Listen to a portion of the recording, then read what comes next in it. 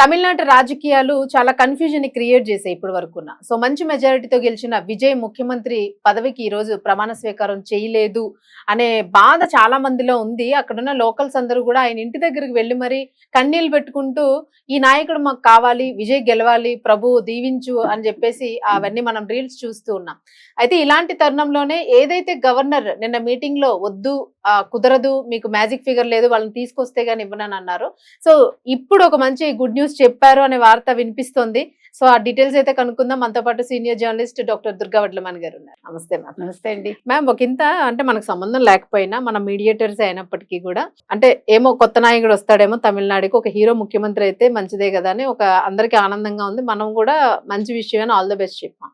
So at the same time అది back వెళ్ళడం, ఈ రోజు ప్రమాణ స్వీకారం జరగకపోవడము, గవర్నర్ ఆమోదించకపోవడం, మీరు ఏదో గుడ్ న్యూస్ చెప్తానన్నారు, అది చెప్పేస్తే ఇప్పుడు గవర్నరు ఆమోదించారండి అతను ప్రభుత్వం ఏర్పాటు చేయడానికి.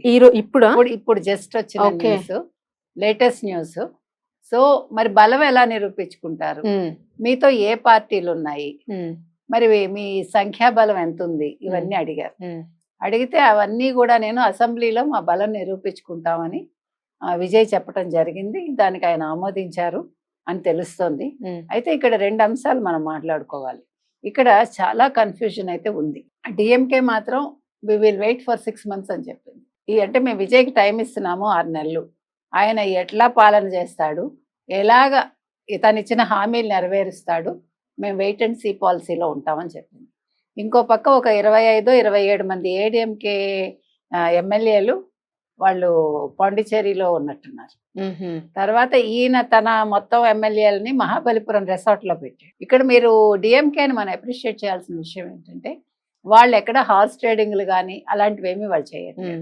ఇవాళ చాలా స్పెక్యులేషన్స్ వచ్చాయి, డిఎంకే ఏడీఎంకే కలిస్తే తప్పేంటి అని. నిజమే, అది కలవచ్చు, ఎందుకంటే వాళ్ళ ఐడియాలజీ ఒకటే. యాక్చువల్గా డిఎంకేలోంచి విడిపోయాకే ఏడీఎంకే ఫామ్ అయింది. ఎప్పుడు 72లో ఎంజీఆర్ స్థాపించుకున్నాడు డిఎంకేలోంచి విడిపోయి. సో ఇవాళ 72 అంటే 54 ఏళ్ల తర్వాత ఇప్పుడు ఆ రోజున్న కరుణానిధి లేరు, తర్వాత వచ్చిన ఎంజీఆర్ లేరు, తర్వాత జయలలిత కూడా లేరు. కాబట్టి కలిసినా తప్పులేదు, ఐడియాలజీ ఒకటే కాబట్టి. కానీ ఇవాళ డిఎంకే బాధపడిన అంశం ఏంటంటే 55 ఏళ్లుగా మాతో కలిసి ఉన్న కాంగ్రెస్ ఇవాళ టీవీకేతో కలిసింది అని. అయితే మేము మతతత్వానికి వ్యతిరేకంగా మేము టీవీకేతో చేతులు కలిపాము అని కాంగ్రెస్ చెప్పింది. ఇక్కడ ఒక పాయింట్ మనం చెప్పాలి, మీరు మతతత్వ పార్టీ అని బీజేపీని అంటున్నారు కదా, మరి ఇండియన్ ముస్లిం లీగ్ ఎవరు? ఇండియన్ ముస్లిం లీగే కదా మతం పేరిట ఆ రోజు విభజన జరిగింది, దేశ విభజన చేసింది. మరి వాళ్ళు మతతత్వం కాదా? మరి వాళ్ళతో మీరు ఎలా కలిసి ఉన్నారు? మీరు అసలు ఏ మతంతో లేకపోతే అప్పుడు కాంగ్రెస్ అనేది మా ఐడియాలజీ వేరు, మేము మతరహిత పార్టీ మాదని చెప్పుకోవచ్చు. మీరు ముస్లిమ్స్తో కలుస్తూ ముస్లిమ్సే మా ఓటు బ్యాంకు, లేదు ముస్లిమ్సే కాంగ్రెస్లో ఉన్నది, ముస్లిమ్స్దే మద్దతు అని చెప్పుకుంటూ మరి మీరు ఒక మతాన్ని పెంచి పోషిస్తూ మీరు బీజేపీని ఎలా మతతత్వ పార్టీ అంటారు అనేది మన ప్రశ్న. సో మొత్తం మీద ఇవాళ కాంగ్రెస్ వెళ్ళిపోవటం అనేది డిఎంకే చెప్పింది, భవిష్యత్తులో మేము కాంగ్రెస్తో ఏ రకమైన పొత్తు పెట్టుకోవాలి. కానీ సిగ్గు లేకుండా ఇవాళ కాంగ్రెస్కి సంబంధించిన వాళ్ళు డిబేట్స్లో మాట్లాడుతున్నారు, రేపొద్దున మళ్ళీ స్థానిక ఎన్నికలు వచ్చేసరికి మేము మళ్ళీ కాంగ్రెస్తో కలుస్తాము, ఏ మొహం పెట్టుకుని కలుస్తారు తమిళనాడులో. ఇంకొక విషయం ఏంటంటే వాళ్ళు పెట్టిన దృష్టి ఏంటంటే డిఎంకే ఇప్పుడు వాళ్ళు మొన్నను మేయర్ పదవులు ఇవన్నీ కూడా కాంగ్రెస్కి సపోర్ట్ చేశారు కదా, ఇప్పుడు వాళ్ళందరినీ తీసేసే ఆలోచనలో ఇవాళ డిఎంకే ఉంది. ఓకే, సో ఇవన్నీ పక్కన పెడితే ఇతనికి ఎవరు మద్దతు ఇస్తారు? అది మెయిన్. ఇప్పుడు అది మెయిన్. మీరు ఎంత చూసుకున్నా కూడా పిఎంకే 4 ఉన్నాయి. ఇంకొక విషయం ఏం జరిగిందంటే నిన్న ఇండియన్ ముస్లిం లీగ్ మేము సపోర్ట్ చేయమని చెప్పింది, తర్వాత సిపిఐ సిపిఎం 2 కూడా మేము సపోర్ట్ చేయమంది. కానీ ఇప్పుడు వీసీకే మేము సపోర్ట్ చేస్తామంది, వీసీకేకి 2 ఉన్నాయి. సో ఏది ఏమైనా ఇదేదో చిల్లర రాజకీయాల్లాగా ఇలా ఏరుకుని తెచ్చుకుని ఏదో కూరగాయలు మనం తెచ్చుకుని వంట చేసినట్టుగా ఈ ప్రభుత్వం ఎంతకాలం ఉంటుంది? ఇంకొకటి ఏంటంటే అసలు అతనిలో మనకి ఒక యవనాలి పరిపక్వత ఏం కనిపించట్లేదు విజయ్లో. ఇంకా చిన్నపిల్లాడి తత్వం, తర్వాత అనుభవ రాహిత్యం మొహంలో తెలిసిపోతుంది. ఇప్పుడు సరైన సలహాలు ఇచ్చే వాళ్ళు కూడా మనకు కనిపించారు. సో ఇవన్నీ చూసాక ఇతను ఎంతవరకు వెళ్తాడు? ఇచ్చిన హామీలతోటి మీకు ఇవాళ ఇంచుమించు 11 లక్షల కోట్ల అప్పులు ఉన్నాయి తమిళనాడులో. వాళ్ళ శాలరీస్కే ఏకంగా నెల వచ్చేసరికి ఎన్ని వేలో ఖర్చు పెట్టాలి అక్కడ, 8,000 కోట్లు, మొత్తం 68,777 కోట్లు ఎంతో. సో ఎక్కడి నుంచి వస్తాడు? అవును. సో ఇదంతా కూడా చాలా కష్టం అండి. అవును. అందులో అతన్ని డిఎంకే ఏడిఎంకే వాచ్ చేస్తూ ఉంటాయి. రెండూ కూడా చాలా సీనియర్స్ ఉన్నారు వాళ్ళ దగ్గర, గద్దల్లాగా అసలు గద్దల్లాగా ఎక్కడ- ఉంటారు. అవును. కానీ అసలు మనం అయితే ఎక్స్పెక్ట్ చేసింది డిఎంకే ఏడిఎంకే కలిస్తే బాగుంటుందని. ఉమ్. వాళ్ళకి ఎలాగా మిత్రపక్షాలతో కలిపి 120 ఉంటాయి వాళ్ళకి. అవును. సో ఇక్కడ కాంగ్రెస్ లేకుండా డిఎంకేలో, అక్కడ బీజేపీ లేకుండా వాళ్ళిద్దరు ఫామ్ అయి ఉంటే బాగుండేది. ఉమ్. సో ఇవాళ విజయ్కైతే ముందుంది ముసళ్ళ పండగ అని చాలా అగ్ని పరీక్ష తను ఫేస్ అవును. చేయాలి. అవును. సో ఎవరు సపోర్ట్ చేస్తారు, ఎవరు సపోర్ట్ తీసుకుంటాడు? ఇప్పుడు ఏఐడిఎంకేలో చీలిక వస్తుందా? అవును. ఏఐడిఎంకే చీలిపోతే రెండుగా, అప్పుడు అసలు మొత్తం మెర్జ్ చేసేసుకుంటాడు 27 మందిని. ఉమ్. ఇవన్నీ కూడా ఆలోచించాలి. ఇందాక విజయసాయి రెడ్డి కూడా ఒక ట్వీట్ చేశాడు, ఉమ్. మీరు ఈ పార్టీలన్నీ మీకు మద్దతు తీసుకోవడం కాదు, మీరు మెర్జ్ చేసుకోండి, అవును. మీకు రేపొద్దున్న ఆర్థికంగా కూడా మీరు చాలా ఇబ్బందులు పడాలి అవును. అంటే ఇవన్నీ కూడా చేయాలంటేను. సో ఆలోచించుకోండి అని అతను కూడా ఒక మేధావులు అయితే ట్వీట్ చేస్తున్నారు ట్వీట్ సార్. ఇప్పుడు చేస్తున్నారు. మేడం ఈయన జయప్రకాష్ నారాయణ కూడా ట్వీట్ చేశారు, ఆయన కూడా అన్నారు.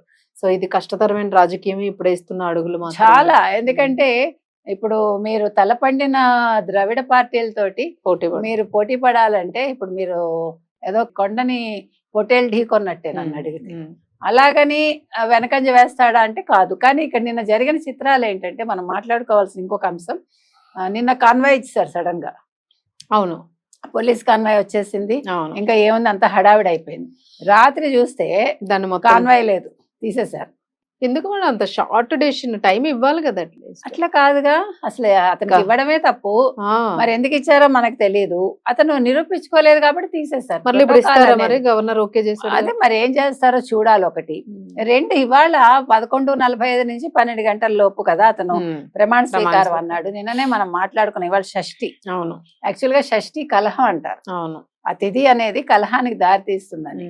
కాబట్టి 12ంటికి అయితే అభిజిత్ లగ్నం ఉంటుంది. మరి 12ంటికి కూడా అతను చేస్తాడని అనుకోలే. అంటే 11:45 to 12 అన్నారు. సో ఇవాళ చేయకపోవడం కూడా ఒక రకంగా మంచిదైందేమో. ఇప్పుడు నమ్మకాలు లేకపోయినా ఇక్కడ విజయ్ది ఇంకొక విషయం మనం మాట్లాడుకోవాలి. నిన్న కులం మతం లేదన్నాం, అది కూడా తప్పే. కులం రాయలేదు కానీ మతం రాసుకున్నాడు. కేథలిక్ క్రిస్టియన్ అని రాసుకున్నాడు. సండే చర్చిలకు వెళ్తాడు. సో ఇక్కడ మీకు ఇంకొక విషయం ఏంటంటే, ఇవాళ వైసీపీ వాళ్ళు ఎవ్వరూ మాట్లాడటల్లా, సైలెంట్ అయిపోయారు. ఎందుకని అడగండి మీరు. అదే 2 రోజుల నుంచి చంకలు గుద్ది 3 రోజులుగా ఇంకేముంది, మా జగన్ ఫోటో పెట్టుకుని గెలిచాడు అన్నారు కదా. నిన్న రోజా కూడా టీవీకే ఇంకేముంది, ఆంధ్రప్రదేశ్ లో అడుగు పెడుతుంది, అక్కడ కూడా వాళ్ళు ఎలక్షన్స్ లో పోటీ చేస్తారు నెక్స్ట్ అని జగన్ దింపేద్దాం అనుకుందామో మనకు తెలియదు. ఇవాళ అందరూ సైలెంట్ అయిపోయారండి. సైలెంట్ అవడానికి ముఖ్య కారణం వాళ్ళు కాంగ్రెస్ తో పొత్తు పెట్టుకోవడం. కాంగ్రెస్ పొత్తు వల్ల ఏం జరుగుతుంది అంటే షర్మిల అక్కడ ఎంటర్ అవుతుంది. సో ఇవన్నీ ఉన్నాయి. ఇక్కడ రాజకీయ ముఖ చిత్రం మొత్తం ఆంధ్రప్రదేశ్ కూడా మారిపోతుంది. ఇవాళ విజయ్ మీద కేసులు కూడా ఫైల్ అవుతున్నాయి. ఆల్రెడీ కారు కేసులు ఉన్నాయి అతనికి. అది కాకుండా అతని అఫిడవిట్ మీద ఒక కేసు ఉంది. తర్వాత అక్కడ ఒక్క ఓటు తేడాతో ఓడిపోయిన అతను కోర్టుకు వెళ్తున్నాడు. సో అతని మీద క్రిమినల్ కేసు కూడా పెట్టబోతున్నారు విజయ్ మీద. సో ఇవన్నీ కూడా ఉన్నాయి. మరి ఈ కేసులు ఎలా ఎదుర్కొంటాడు, మరి ఇతను పాలన ఎలా చేస్తాడు, మరి ఎవరు మద్దతు ఇస్తారు, ఇదంతా కూడా చాలా క్లమ్జీగా ఉంది. ఇంతకు ముందు ఎప్పుడు ఇట్లా లేదు మేడం. మొట్టమొదటిసారి తమిళ రాజకీయాల్లో ఎప్పుడు డిఎంకేనా ఏడిఎంకేనా అనే ఉండేది. కానీ ఇతను సరైన అవగాహన లేకుండా వచ్చాడా, అసలు ఎవరు వెనక నుండి నడిపిస్తున్నారు అనేది కూడా ఇప్పుడు ఇక్కడ ఇంకొక మాట ఏమొచ్చిందంటే, ఇతనికి ఆర్థిక సాయం చేసింది జగన్ అని అంటున్నారు. తర్వాత ఇంకొకటి ఏంటంటే, క్రిస్టియన్ సంస్థలు కూడా ఇతనికి బాగా పంప్ చేసాయి మనీ అని. ఇవాళ పార్టీకి వచ్చిన ఫండ్స్ విషయంలో కూడా ఇతని మీద చాలా ఆరోపణలు ఉన్నాయి. సో మరి అవన్నీ కూడా బయటకు తీస్తారా, ఇవన్నీ చూడాలి మనం. బీజేపీకి ఒక్క సీటే వచ్చింది కానీ మరి బీజేపీ హవా ఏం చేస్తుంది వెనకాలండి, అమిత్ షా ఏం చేస్తారు, వాళ్ళందరూ అబ్జర్వ్ చేస్తున్నారు. ఆ స్పెక్టేటర్స్ రేపొద్దున ఏ రకంగా వాళ్ళ రిజల్ట్స్ అంటే వాళ్ళు ఎలా ప్రభావం చూపిస్తారు అనేది తమిళ రాజకీయాల్లో వేచి చూడాలి.